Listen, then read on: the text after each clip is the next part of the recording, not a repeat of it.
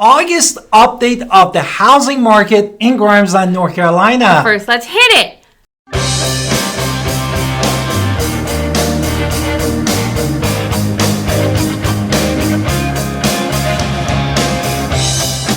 Hi, it's Alan Victoria. Welcome to our Talent Podcast. And if this is your first time in our podcast and YouTube channel, make sure you subscribe and get notified. Also, we call text all the time, 252-327-3357. We love talking to you. Do not be shy. Also, don't forget to get our buyer's guide and seller's guide in the description below.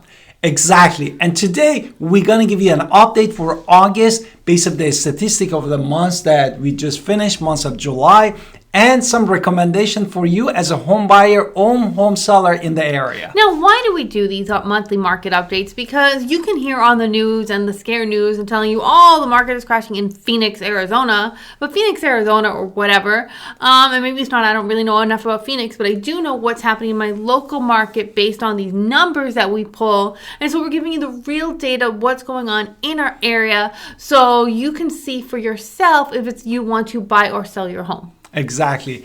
And we wanted to start really from the inventory because supply and demand is the most important factor that actually driving the housing market. Right. All houses and all markets are supply and demand. So here we're looking at it, supply and demand. Now in July 2023, which just happened, we had 18 homes for sale in Grimesland, 9 pending, which means that's a 27 altogether that's in the MLO that you can see. And then divide that by the 10 months of just recently sold, and we're going to get a new number in a minute. What happened last month, though? Last month, basically in June 2023, we had 19 houses that they were active, 11 houses they went under contract, and out of that, 9 houses was sold. Which brings us to inventory rate. We're going to get to that later. Okay, and then last year we had 5 active homes, 2 pending homes, and 7 recently sold homes. So 7 divided by 7, I know you know what that is. But either way, we're going to talk about the inventory rate now, which is what we were kind of hinting at. Therefore, if you're looking at just the month of July that closed, we had inventory of 2.7 months for Grimesland. And just a month before, we had 3.33. Therefore, we had the decrease of inventory. However, what happened with respect to last year? I mean, last year was only 1 month of inventory. So you can see we still have way more inventory last year. New construction, and then we can see what's going on. So there are a lot of this going to factor into new construction. Now, the important things also, beside of all this, is days on the market. How fast is the market? How the houses goes under the contract.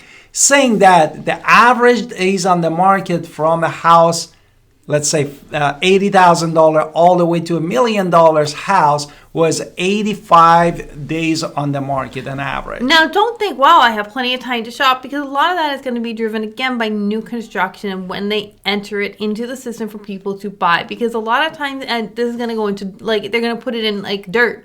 So you can buy the dirt, you don't even see a house. And so, I mean, that can take 400 days to buy a house. Or so there's numbers that can be stretched. So don't think if you are in a certain budget that you can just wait, because that 85 days also is not weighted.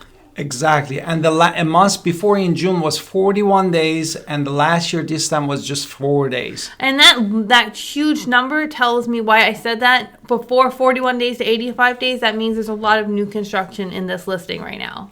Exactly. Now, let's talk about what the median list price is that the sellers wish for and what they sold exactly on the market. And then we're going to look at last month's data and then last year's data as exactly. well. So $439,650 was the list price, and then $429,950. So they're pretty close together for the sales price. What about last month?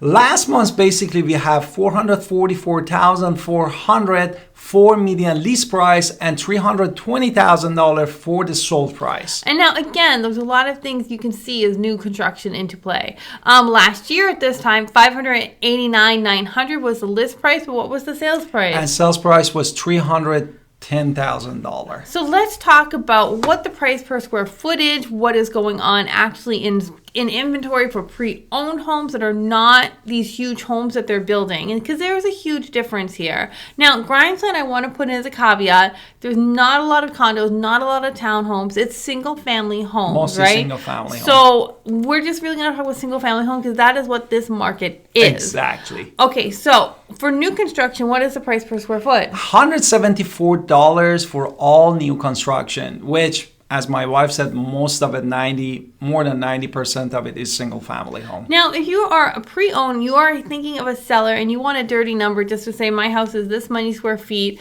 I would tell you that right now in the market data, when we look at the data, the medium square footage for pre-owned homes is very, very different than that 174 for new construction because it is 129 in Grimesland for previously owned. And looking at the data and what we're seeing in the market right now. And this is based off the inventory that was available last month and it was sold, those houses. And we just had 2 price reduction in whole market and decreased by 71.4%. What about sold to listed ratio? 11 to 5? 11 to 5. And that is 72.5% decrease in percentage of the sold to listed ratio. Okay, so let's talk about new construction versus previously owned and how much supply there actually is. Because if you break it down to the data, that kind of tells us what's going on. Exactly. So last month, what just happened is new construction is 3.1 months of supply. Exactly. We're not in a, but how much about the previously owned? In June 2023, this was 5 months. Therefore, we had much more new construction. Okay. I said previously owned, but previously owned this month was only 1.2 months of supply. So there's more compared to the previous month, which was 0.5. Exactly. But there's still a much smaller number compared to what new construction is. And that is how they come up with that 2.6 altogether. Yeah, that 2.6, that was the same for the June and July. Therefore, there was no difference in the percentage of Now we look at Zillow sometimes because I know you're looking at it, so we should tell you what they're telling us when we look at the median home value. Exactly. So we do pull that up as well.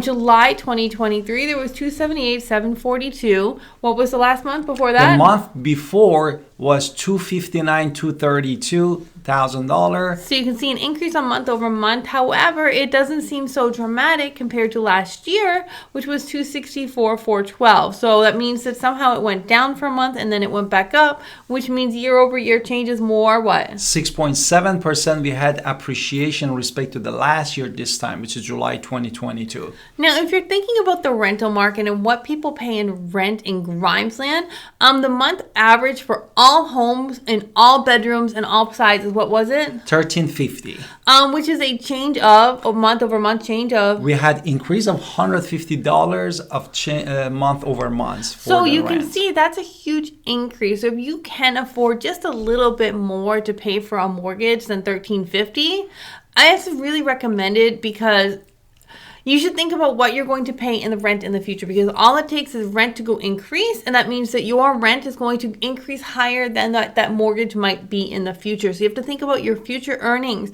So if you can pay $2,000 a month for a mortgage, you should be really considering getting a home because I know it's $700 more than what you're paying. However, here's the thing. Over time, you're going to grow. It's your house that is going to appreciate in value, and rents are going to continue to increase. So if rents continue increasing, over time, that hard jump you did becomes much softer, and you're actually gaining more.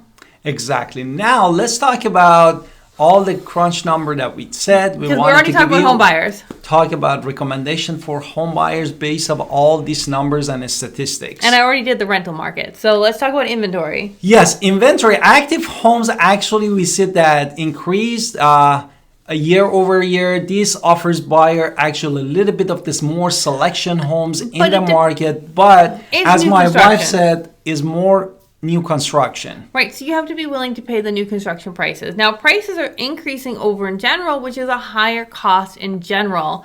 Don't forget 31% of America is actually buying new construction right now. So us having all this new construction is not unheard of when we look at the national averages as well. So we are kind of matching national averages. We have a lot of new construction, which is again 58.3% higher from month over month. But that is where more of the financing and more options are right now. Awesome. And also market time. If you want, as we said, the average days on the market, as my wife said, is based on the new construction was 85 days. But this is when the house is on the dirt and they build, they put the sheetrock roof and all the fun stuff. That's why these days on market is stretched over the time for Grimesland, North Carolina. Now, if you're a home seller, we're going to give you a couple things to think about. It's still a good time to buy. We are not in a buyer's market yet. We are still in a seller's market, which is good for you. There's strong demand.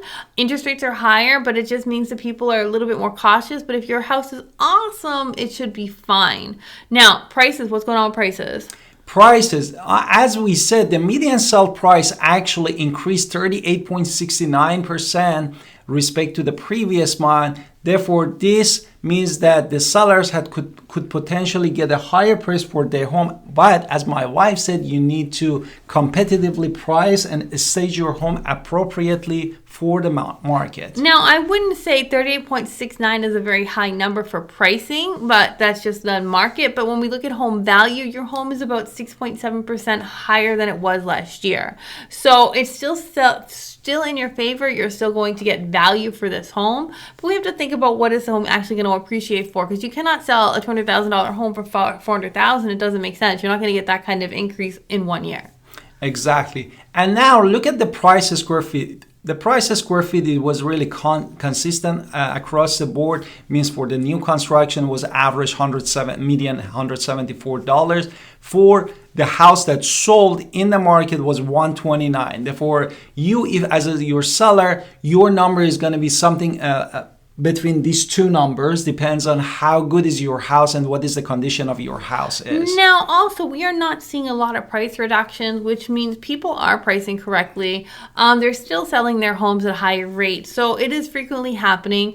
Overpriced homes are always going to get a price reduction, but really, generally speaking, we are seeing not a lot of numbers there. So you should be good as long as you're working with a reputable person and we're working successfully. So call me. As the growth of the basically appreciation shows, we had 6.7% of appreciation, and that means the more money in your pocket if you want to sell your house.